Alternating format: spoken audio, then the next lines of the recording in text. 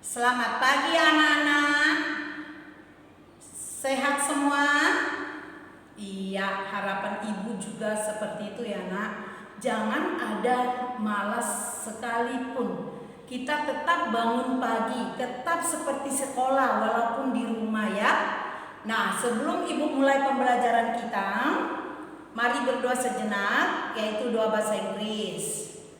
Let's meet. Our Father in heaven, hallowed be your name. Your kingdom come, your will be done on earth as it is in heaven.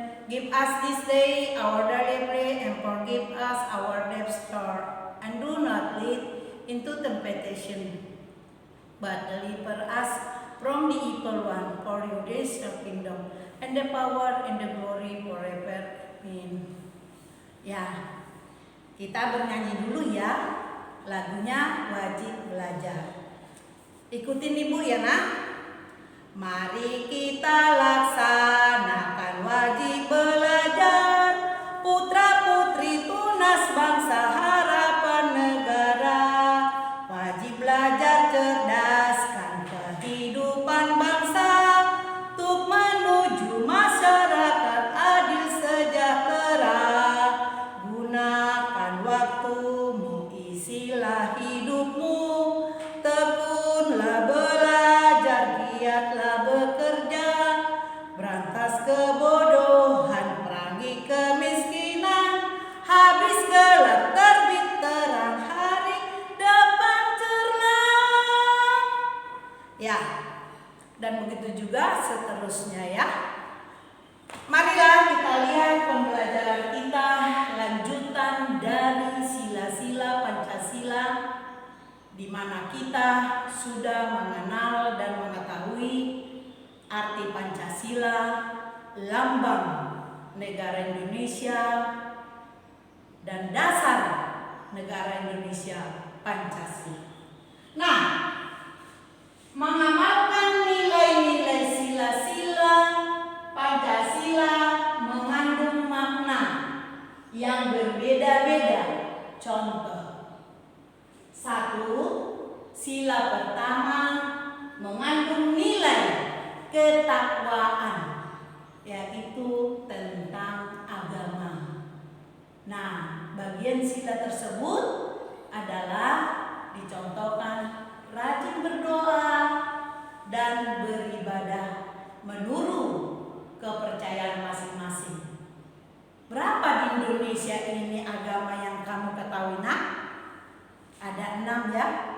1. Islam. 2. Katolik. 3. Kristen Protestan. 4. Hindu. 5. Buddha. 6. Konghucu. Nah, sekarang sila kedua mengandung nilai kepedulian. Nah, contoh lagi, kita sesama teman harus peduli. Contoh nih, kamu bawa kue, ada temanmu, bagi kuenya. Itu namanya peduli. Itu namanya berbagi. Ya.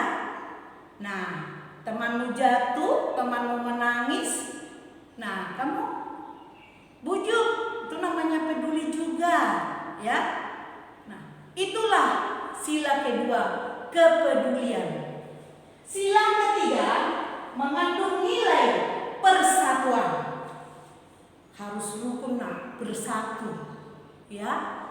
Contoh, gotong royong juga termasuk sebenarnya persatuan. Rukun warga, ya. Rukun RT, rukun lingkungan, itu membentuk suatu persatuan kesatuan Indonesia. Nah, keempat, sila keempat mengandung nilai musyawarah. Contoh nih musyawarah di sekolah apa nak? Pemilihan ketua, kita harus musyawarah, ya. Nah, pemilihan wakil itu baru bagian-bagian dari piket. Dan kita juga harus bermusyawarah di sekolah, pembentukan kelompok, ya. Jika ada soal dan pertanyaan, kita adakan sesuai pendapat orang kita hargai. Tuh. Jadi kalau musyawarah di rumah, contoh nih, mau berpiknik dalam satu keluarga, bapak, ibu, anak berkumpul, dimusyawarahkan. Nah, kita mau piknik hari Minggu, sama, ibu bapak juga memusyawarahkan. Bagaimana ibu, uang bapak sekian, harus dimusyawarahkan, bayar uang sekolah, bayar listrik, dan lain-lain. Ya, harus komunikasi, harus bermusyawarah, baru terdapatlah mufakat. Ya. Nah, untuk sila kelima mengandung nilai keadilan. Nih, kita harus adil. Wah, siskambling harus kita mau bersiskambling. Apa nak siskambling? Sistem keamanan lingkungan. RT RW sudah membentuk siskambling untuk keamanan lingkungan, ya. Nah, harus kita ikut. Jangan kita ada gotong royong di lingkungan kita tidak ikut serta. Itu namanya sudah tuh keadilan, ya. Ada yang gempa, ada kebanjiran, ya. Itu juga termasuk kita bantu mereka semampu kita. Itulah nilai-nilai yang bermakna dalam Pancasila. Ya, jadi harus dihafalkan Pancasila tersebut. Anak-anak, kalau kamu sudah mengetahui ini dan mengandung nilai-nilai tersebut, tentu kamu paham bisa menghargai satu dengan yang lain. Itulah yang disebut toleransi. Toleransi apa saja nak? 1. Menghargai, 2. Menghormati, 3. mengasihi, 4. menyayangi. Inilah yang disebut toleransi. Ya, jadi harus saling menghargai, saling menghormati, saling mengasihi, saling menyayangi. Baik sesama anggota keluarga, baik sesama teman, baik sesama warga, baik sesama lingkungan. Supaya hidup kita ini bukan sendiri, tetapi kita adalah makhluk sosial, makhluk yang memerlukan bantuan orang lain, dan perlu kita hormati supaya kita pun dihormati dan dihargai orang. Nah, itulah ciri-ciri khas negara kita ini, sehingga kita negara Indonesia ini dihargai negara lain karena kita punya etika, punya disiplin, ya, punya sopan santun. Nah, dan berbahasa juga bahasa yang santun. Nah, mari kita lakukan dan mengenal berbagai kalimat. 1. Kalimat ungkapan, 2. kalimat ajakan, 3. kalimat penolakan, 4. kalimat perintah. Seperti apakah kalimat tersebut? Lihat keterangannya. Nomor 1, kalimat ungkapan gabungan dua kata yang menimbulkan makna baru. Contoh, Dina dijuluki cepat kaki ringan tangan karena selalu mengerjakan tugas dengan baik. Itulah arti cepat kaki ringan tangan, ya. Berarti mengerjakan sesuatu dengan cekatan atau cepat dan baik.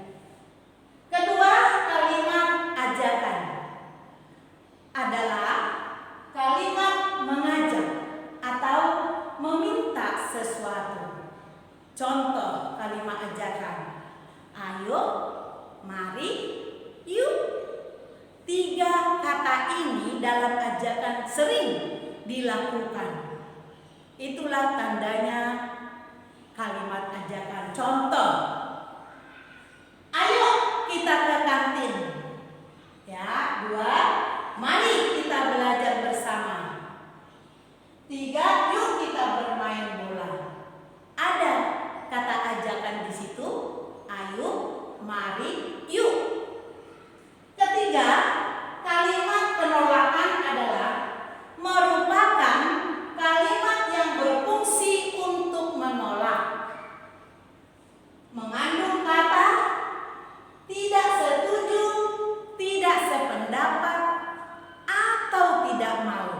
itulah kalimat penolakan. Contoh, diajak tadi ya, yuk ke kantin. Jawabannya sebenarnya kalimat penolakan kalau kamu tidak mau ke kantin. Maaf ya, aku sedang sibuk. Mari kita belajar. Contohnya itu ya.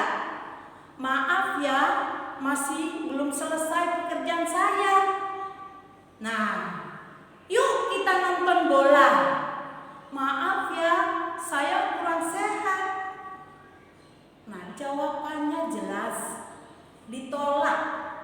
Jadi kalau ada penolakan tidak boleh dipaksakan. Nah, terakhir kalimat keempat yaitu kalimat perintah adalah kalimat yang berisi meminta untuk melakukan sesuatu yang kita kehendaki. Kalimat yang mengandung perintah atau larangan diakhiri tanda seru. Contoh, tolong matikan keran air itu.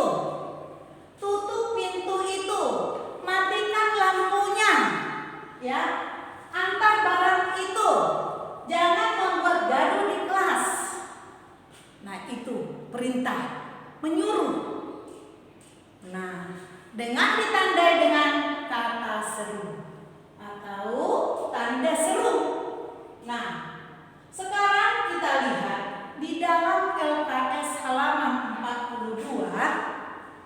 Perhatikan di situ mengenal nama bilangan dan simbol nilai tempat dan mengurutkan bilangan. Sengaja Ibu campur dengan bahasa Inggris sekalian kita belajar bahasa Inggris. Nah, bilangan yaitu 136, 153, 115, 140, 127. Bilangan ini dikatakan number. Number, ya. Ratusan, angka ratusannya coba lihat. Ratusan semuanya angka 1. Ya, 100. Puluhan, lihat puluhan yang di tengah.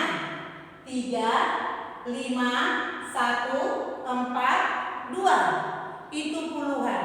Disebut bahasa Inggrisnya tens. Nah, sedangkan satuan yaitu yang angka terakhir yang di ujung, kita mulai angka 6, 3, 5, 0, 7. Disebut adalah one. Nah, perhatikan anak-anak, angka ratusannya sama ya.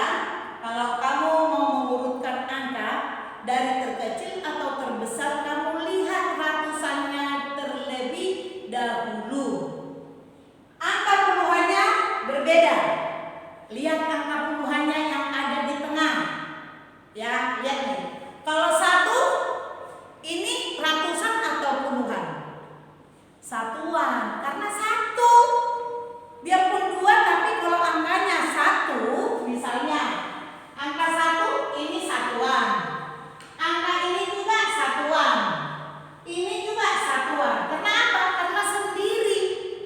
Jika dia sudah ada 2 angkanya, contoh seperti ini, ada satuan, ada puluhan. Mana satuan, nak? Angka 3-nya, puluhannya angka 1. Kalau ada lagi 3 nomor, ada satuan, ada puluhan, ada ratusan. Nah, inilah yang dikatakan ones, tens, ya, hundred. Jadi ada satuan, ada puluhan, ada ratusan. Kalau bagaimana lagi ditambah dengan 1 lagi, ya? Wah, udah 4 angka, Bu. Ya, yes, 4 angka. Kalau sudah 4 angka, lihat. Ini ribuan, ratusan, puluhan, satuan. Oke?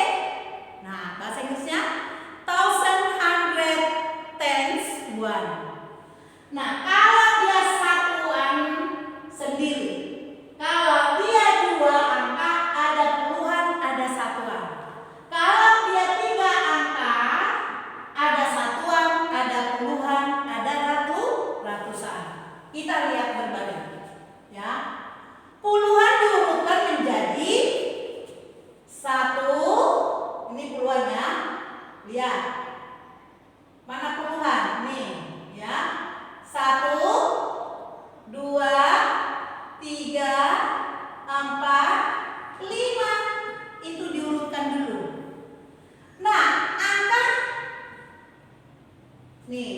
urutannya adalah dari 100 tadi sama kan?